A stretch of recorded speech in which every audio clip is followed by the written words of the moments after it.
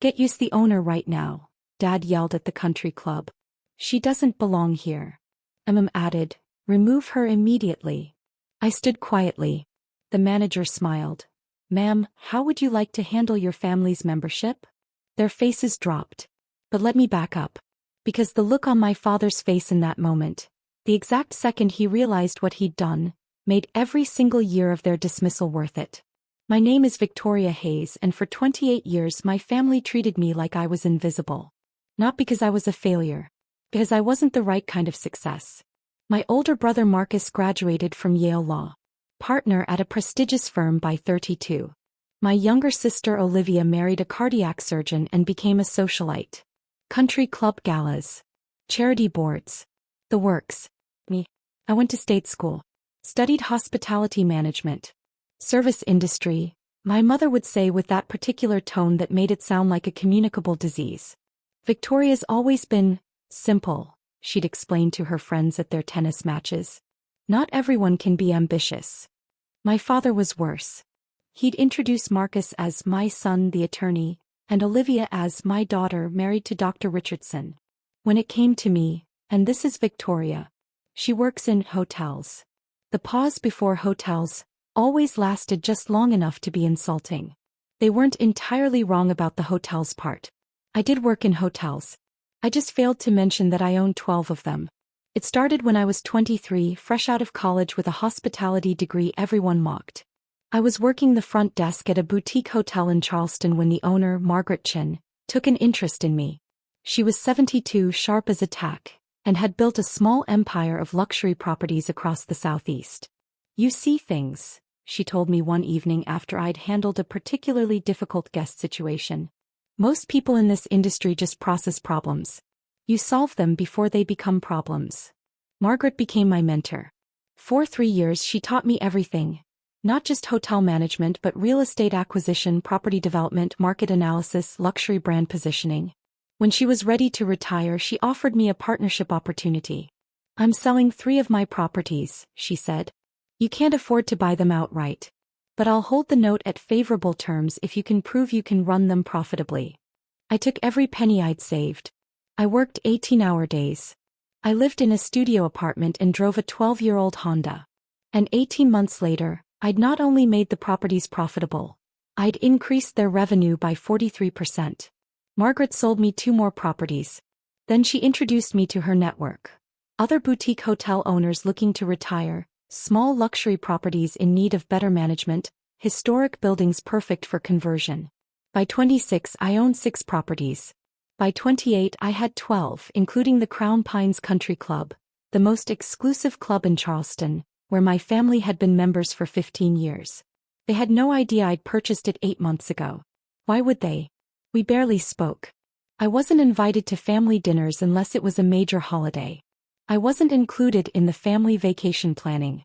When my parents threw their 40th anniversary party, I found out about it from a Facebook post.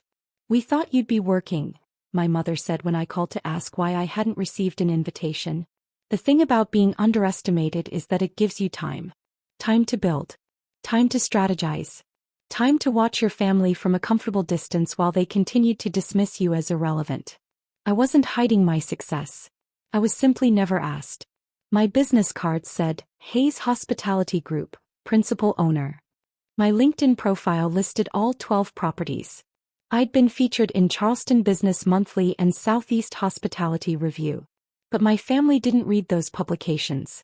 They read Town and Country and attended charity events where they could network with important people. They never once thought to Google my name. The Crown Pines Country Club acquisition happened almost by accident. I was having lunch with Margaret at her favorite restaurant when she mentioned that Harold Whitmore, the owner of Crown Pines, was looking to sell. He was 86, his children had no interest in running the club, and he wanted it to go to someone who understood legacy. "It's a complicated property," Margaret warned. "The club has history, prestige, but the financials are a mess. Deferred maintenance. Outdated amenities. The membership is declining because younger families don't see the value." I knew Crown Pines intimately. I'd spent countless afternoons there as a teenager, reading in corners while my family socialized. I'd watched the way they ran operations, or rather didn't run them. The restaurant was overpriced and mediocre. The golf course was beautiful but poorly maintained. The pool facilities hadn't been updated since 1987. I want to look at the numbers, I told Margaret. 3 weeks later, I sat in Harold Whitmore's study while he walked me through 70 years of country club operations. The property was stunning. 150 acres championship golf course, Olympic-sized pool, tennis courts, a historic main building that could be spectacular with proper restoration. The financials were exactly as Margaret described. The club was profitable but barely. Membership was at 60% capacity. Most members were over 60. The waiting list that had once been years long had dwindled to nothing. I built this place into something special, Harold said, his voice tired. But I'm too old to do what needs to be done. It needs someone young. Someone who understands both tradition and innovation. He sold it to me for $8.2 million. Well below market value because he cared more about legacy than maximum profit. I spent the next 8 months quietly transforming Crown Pines. I brought in a chef from one of my Charleston properties who'd trained at Le Bernardin. I renovated the pool facilities with a modern spa. I updated the golf course maintenance program. I created a young professionals membership tier with flexible options. I did it all through my management company, keeping my ownership private. The members knew there was new ownership, new management, new standards. They didn't know who was behind it. That included my family. Marcus had sponsored 3 new members in the past year. Olivia's husband had just joined the golf committee. My mother was vice president of the ladies' auxiliary. My father played golf every Saturday morning with the same foursome he'd had for a decade. They loved Crown Pines. They just didn't love me. The trouble started 3 weeks before Easter. My mother called me on a Tuesday evening. She never called without a reason. "Victoria, we're having Easter brunch at Crown Pines this year," she announced. "No greeting. The whole family will be there. Marcus is bringing his new girlfriend. Olivia and James are bringing the children. It's a significant family event." "That sounds nice," I said carefully. "We've reserved the private dining room. Noon on Easter Sunday.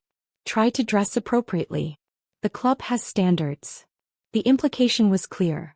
I would embarrass them if left to my own devices. "I'll be there," I said. "Good. And Victoria, try not to mention your work situation. Marcus's girlfriend comes from a very prominent family. We don't need to bore her with hotel stories." She hung up before I could respond.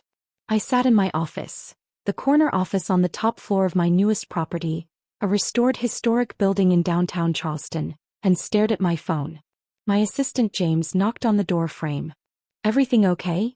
"Family brunch," I said. "At Crown Pines." James had worked with me for 4 years. He knew exactly what Crown Pines meant. His eyebrows shot up. "They still don't know?" "They've never asked." "Are you going to tell them?" I thought about it. 28 years of being dismissed. 28 years of being the least impressive Hayes. 28 years of watching my parents beam with pride over Marcus's trial victories and Olivia's charity work while treating my career like a shameful secret. "No," I said. "I don't think I will." James grinned. "Easter brunch should be interesting."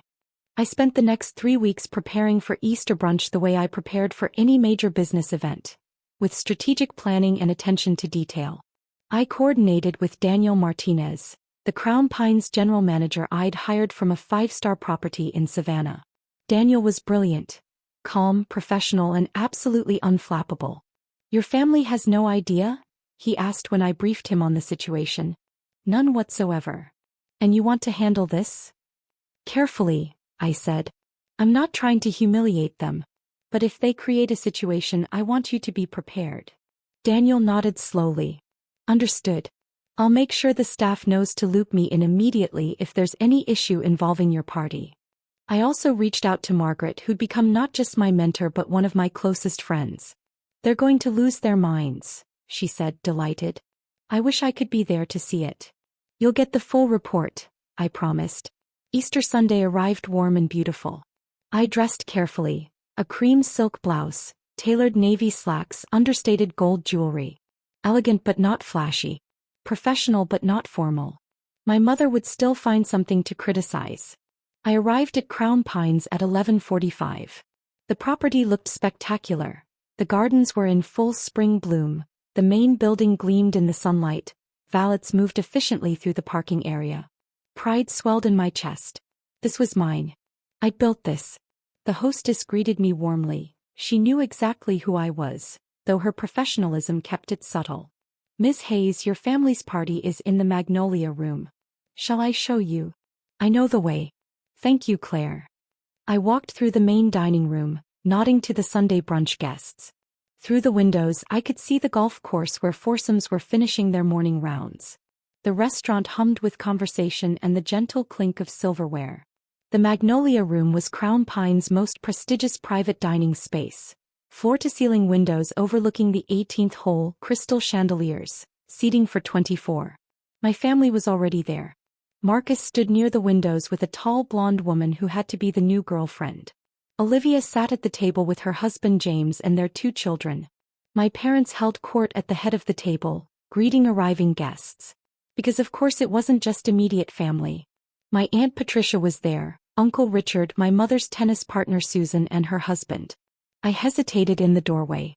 No one had noticed me yet. Then my mother's voice cut through the conversation. "Victoria. You're late." I checked my watch. It was 11:58. "The reservation is for noon. Family should arrive early." She looked me up and down. "Is that what you're wearing?" "Yes. It's very plain." My father glanced up from his conversation. "Victoria. Good. You're here. Come meet Marcus's girlfriend, Stephanie. Stephanie, this is our younger daughter. She works in the service industry." Stephanie extended a perfectly manicured hand. "How nice. What do you do?" Before I could answer, my mother interjected. "She manages hotels. Now shall we all sit? I'm sure everyone is hungry." The meal started normally enough. The server took drink orders. Appetizers were brought out. My mother dominated the conversation, asking Stephanie questions designed to showcase her prestigious background. I sat quietly between Aunt Patricia and Uncle Richard, responding politely when spoken to, otherwise staying silent. It was Olivia who shifted the energy. "Mother, did you see that Crown Pines is under new management?" she said, sipping her mimosa. "The changes are wonderful. The food is so much better." "The new chef is exceptional," my father agreed. "They finally upgraded from that mediocre continental menu." My mother nodded. "The new ownership has excellent taste. Much more sophisticated." "Patricia, did you try the renovated spa facilities?" Aunt Patricia launched into praise for the updated amenities. Everyone had opinions about the improvements. The conversation buzzed with compliments for the mysterious new owner who'd revitalized their beloved club. I took a sip of water and said nothing. Marcus turned to me. "You're in hospitality, Victoria. What do you think of the changes?" All eyes turned to me. "They're well executed," I said carefully. "The property had good bones. It just needed someone who understood how to balance tradition with modernization." "Well, someone certainly knew what they were doing," my mother said. "Apparently the new owner has a portfolio of boutique luxury properties. Very exclusive." "How do you know that?" Olivia asked. "Susan told me. Her husband is friends with Harold Whitmore. He mentioned that the new owner was someone young with an impressive reputation in luxury hospitality." My father snorted. "Probably some tech mogul looking for a tax write-off. That's who buys these properties now. People with too much money and no real understanding of tradition." Something in his tone, the casual dismissal, the assumption that success could only come from the right kind of people, made me set down my fork. "Actually," I said quietly, "the new owner bought Crown Pines because they understood its legacy value. They saw potential beyond just financials." My father waved a hand dismissively. "I'm sure the real estate investment was the primary motivation. These young entrepreneurs don't care about tradition." "Some young entrepreneurs understand tradition perfectly well," I said. Marcus laughed. "Come on, Victoria. You manage hotel front desks. You're not exactly qualified to assess major property acquisitions." The table went silent. I felt it then, that familiar feeling of being diminished, dismissed, erased. 28 years of it compressing into a single moment. I could have let it go. I should have let it go. Instead I said, "I don't manage front desks, Marcus. I own 12 properties across the Southeast, including 3 historic boutique hotels, 4 luxury resorts, 2 conference centers and 3 private clubs. My company generated $47 million in revenue last year.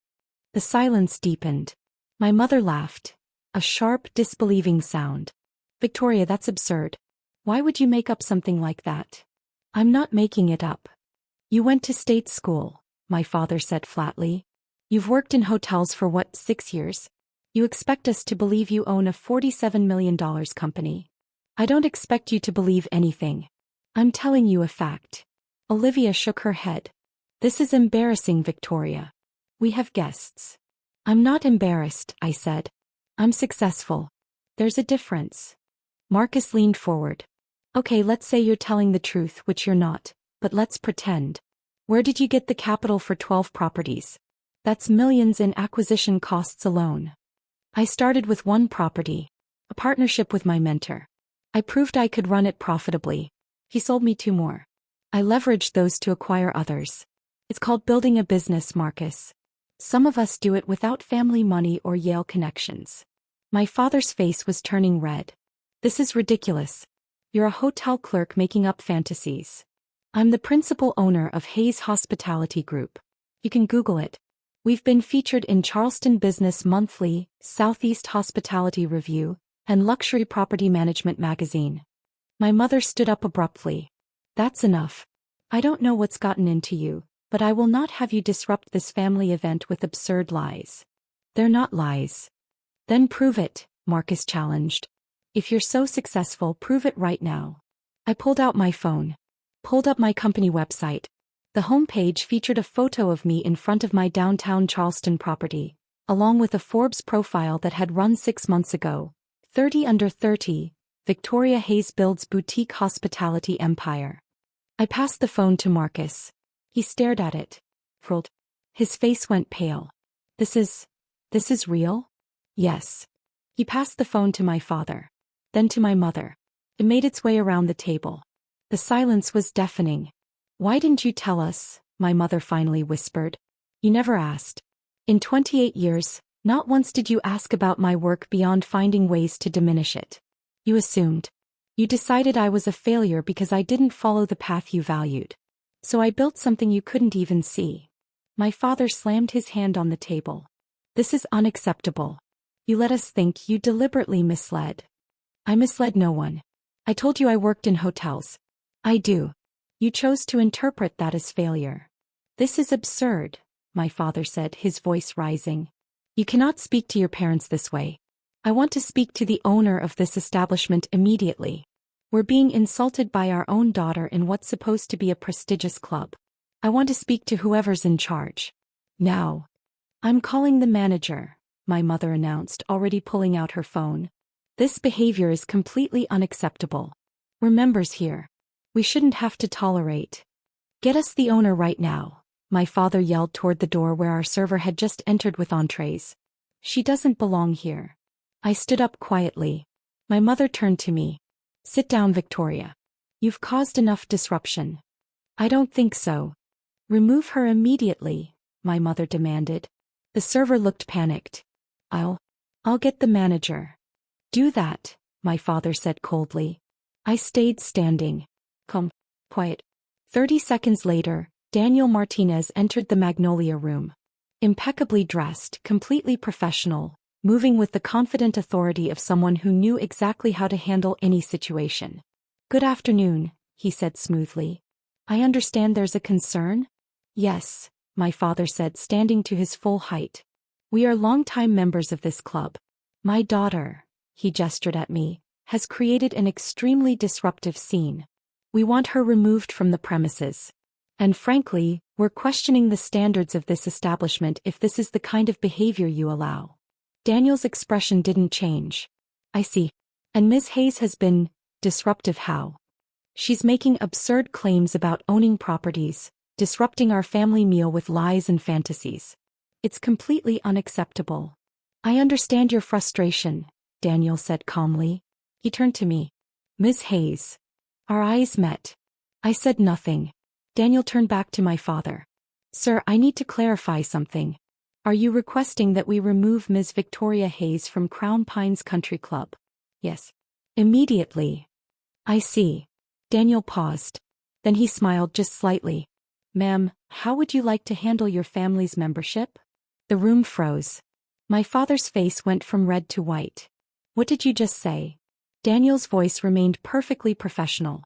I asked Ms. Hayes, Ms. Victoria Hayes, owner of Hayes Hospitality Group and as of 8 months ago, owner of Crown Pines Country Club, how she would like me to handle this situation. The silence was absolute. My mother's mouth opened, closed, opened again. No sound came out. Marcus sat down heavily. Olivia's face had gone pale. Aunt Patricia dropped her fork. It clattered against her plate. My father just stared at me.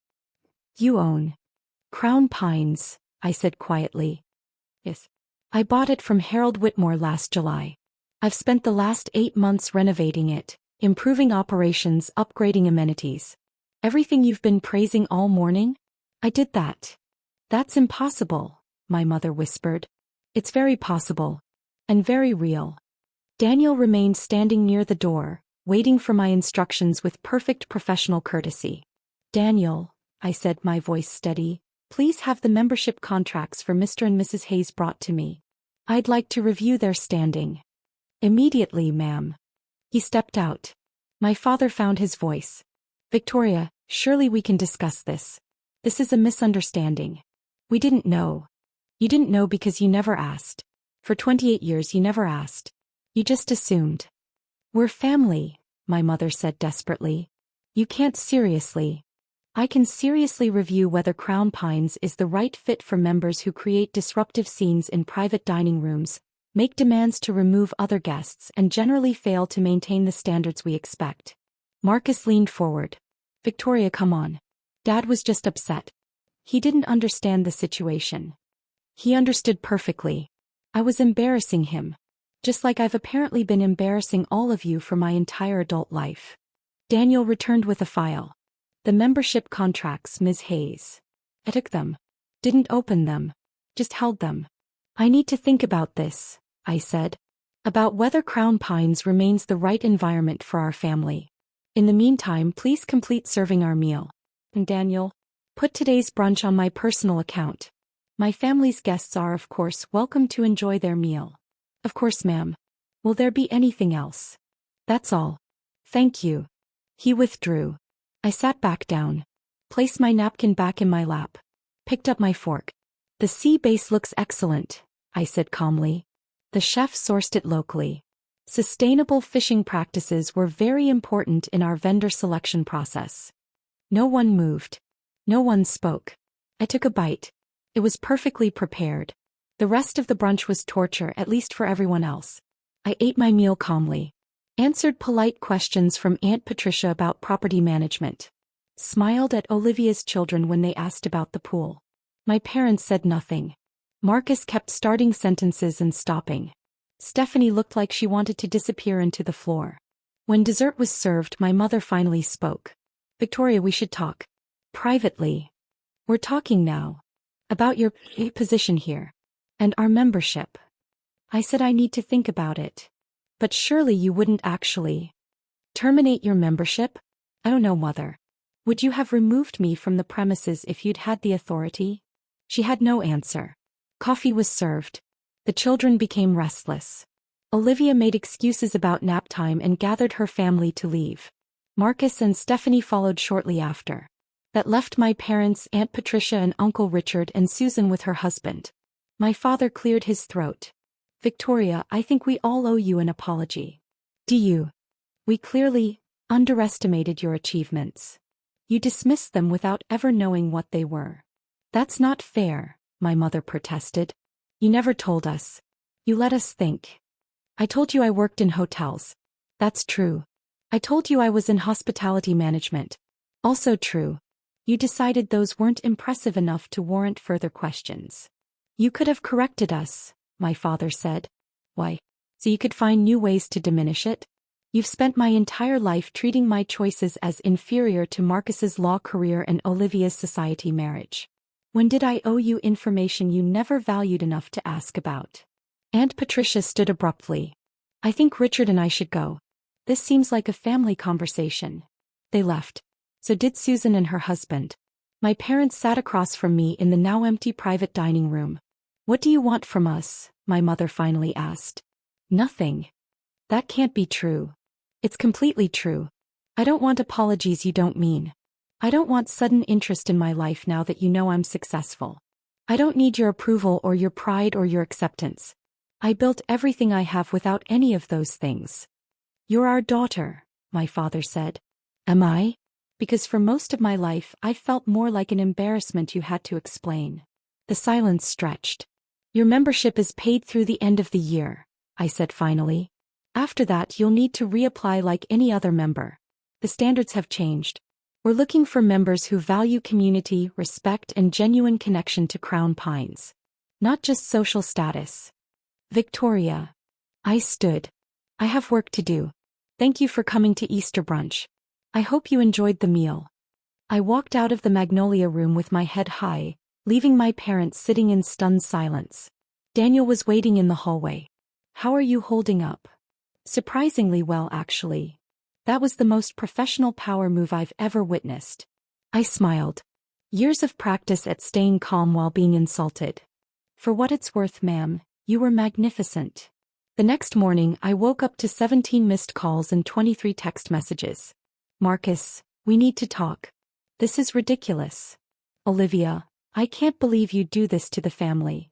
My mother, your father is beside himself. How could you?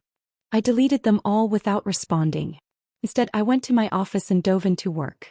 I had a property closing in Savannah next week, renovation plans to review for the Charleston location, and quarterly financials to prepare for my investors. Margaret called around 10. I heard it was quite a show. News travels fast. Small community, successful female entrepreneur drama, country club scandal. Of course it travels fast. How do you feel? I thought about it. Free. Good. That's exactly how you should feel. 2 weeks passed. The calls and texts continued, then tapered off, then stopped entirely. My parents tried to reach me through mutual acquaintances. I politely declined every intermediary. Then 3 weeks after Easter I received a letter. Hand-delivered to my office. My father's handwriting on the envelope. I stared at it for a full minute before opening it. Victoria, I've spent 3 weeks trying to figure out what to say. Your mother and I have discussed this countless times. We've talked to Marcus and Olivia. We've examined our behavior. And I've come to realize something difficult. You were right. We never asked. We assumed.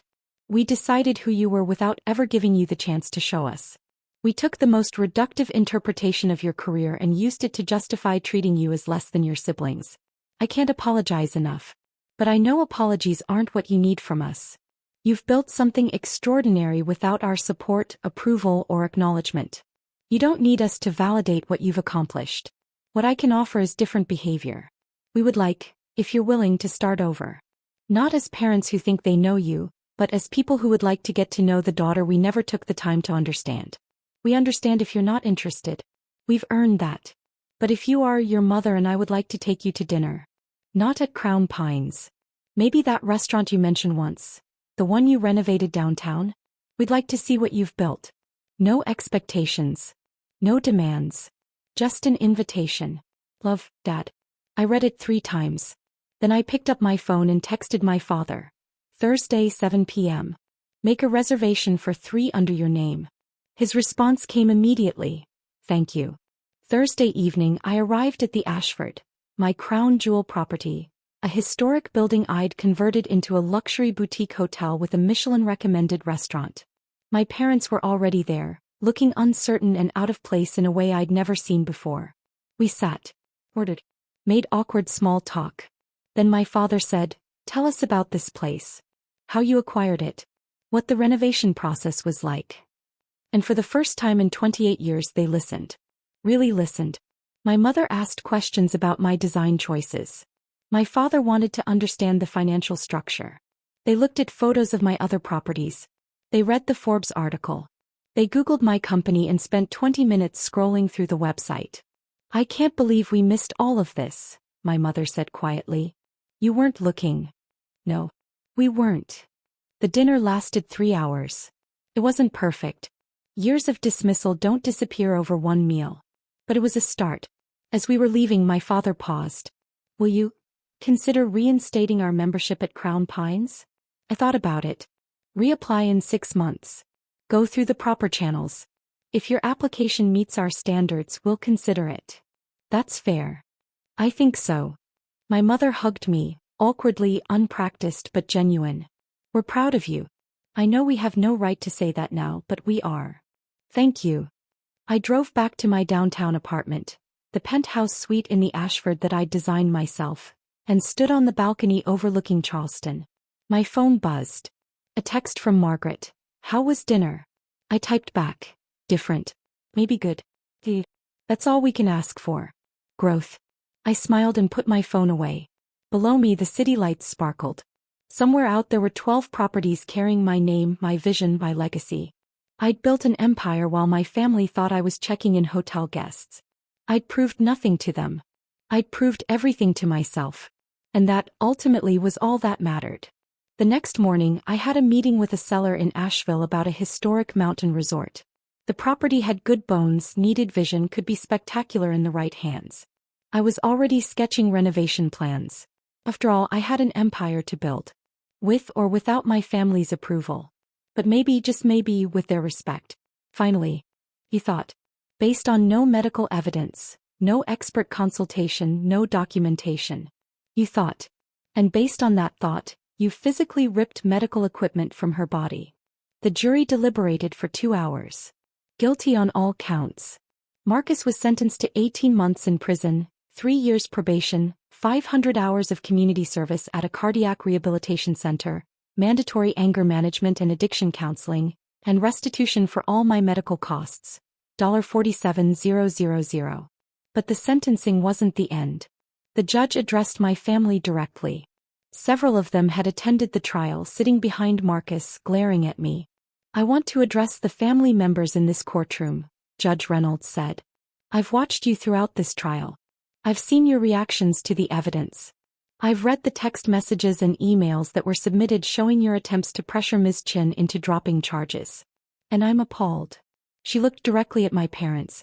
A young woman spent 9 years managing a life-threatening illness while her family mocked her, dismissed her, and accused her of faking. When her condition was finally validated in the most dramatic way possible, when a leading cardiologist testified to her documented medical reality, some of you still couldn't accept it. Some of you still pressured her to protect her abuser. Mom's face was bright red. Let me be very clear, Judge Reynolds continued. What happened to Emma Chin was medical abuse. It was emotional abuse. And it culminated in physical assault. If any of you continue to harass her, I will not hesitate to issue restraining orders. She owes you nothing, not forgiveness, not reconciliation, nothing. The gavel came down. That was 8 months ago. Marcus served his sentence. My parents haven't spoken to me since the trial. Most of my extended family chose sides. Theirs, not mine. I'm okay with that. Because what they still don't know, what came out only after the trial through my lawyer's civil suit filings, is that this struggling medical transcriptionist they'd mocked for years had actually sold a software company for $18 million. When my lawyer filed the civil suit for emotional distress, she had to disclose my financial status. The number became public record. My mother called me finally when she found out. Emma, why didn't you tell us you had money? Not, are you okay? Not, we're sorry. Just, why didn't you tell us you had money? Because my worth isn't measured in dollars, Mom. It never was. But you couldn't see that. You could only see what you decided I was. A faker, a burden, a liar. So you never looked deeper. She started to cry. We could have been so proud of you.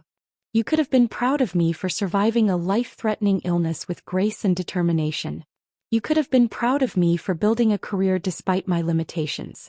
You could have been proud of me for creating something valuable. But you weren't. You were embarrassed by my medical equipment and annoyed by my limitations. Emma, please, can we start over? No, Mom. We can't. Because you still don't understand what you did wrong. You're not sorry you dismissed my medical condition for 9 years. You're not sorry Marcus assaulted me. You're just sorry you missed out on being connected to someone successful. I hung up. I haven't answered since. But I have built a real family, one that chose me and that I chose back. Dr. Morrison and I have dinner monthly. He's become a mentor and friend. Brittany, Marcus's ex-girlfriend, and I are close now. She works in nursing and we volunteer together at a chronic illness support group. My business partners from the software company, the people who believed in my idea when I was just a sick girl with a dream, are some of my closest friends. And I'm engaged now. To David, who I met at a cardiology support group 2 years ago. He has a congenital heart defect. He understands limitations, understands medications, understands the fear of sudden cardiac events. He also understands success. He's a civil engineer who designs sustainable infrastructure. He's brilliant, kind, and when I told him about my family and the trial, he said, "You survived them. That's proof you can survive anything." We're getting married in 3 months. Dr. Morrison is walking me down the aisle. My family isn't invited. I'm not sad about that anymore. Because I learned something important through all of this. Family isn't about blood. It's about who shows up when you collapse. It's about who believes you. It's about who catches you. Dr. Morrison caught me when I fell that day on the terrace. And he kept catching me, through the trial, through the aftermath, through the rebuilding. That's family. The rest is just biology.